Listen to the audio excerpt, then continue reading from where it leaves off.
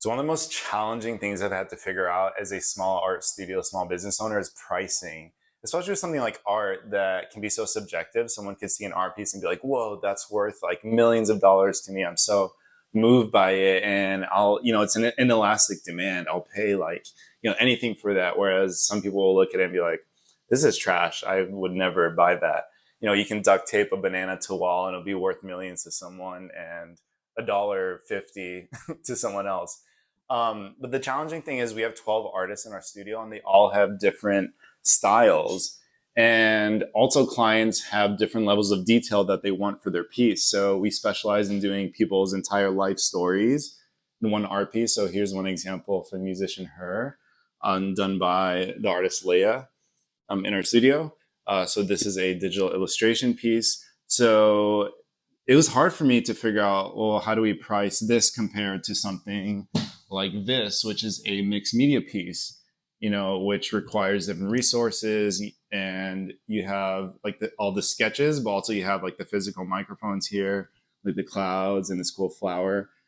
So this is Pop Smoke's life story, RIP. This is like one of my favorite pieces.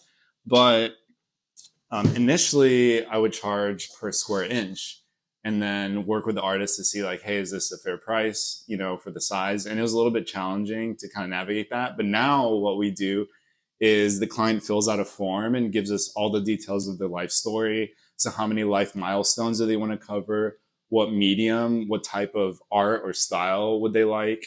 And how detailed do they want it? And how big do they want the art piece to be?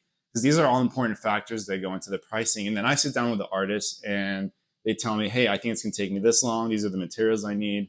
And this is what I think is a fair price. And then I bring that back to the client. And I think kind of having that one-on-one approach where we figure out a price for each piece has worked the best. It's the most fair for the artist, most fair for the studio, and I think most fair for the client versus having something fixed or charging like per square inch or per square foot.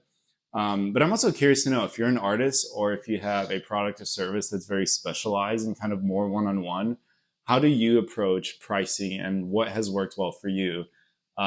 This has worked, I think, the best for us so far. But I'm wondering for you, like, how do you approach that?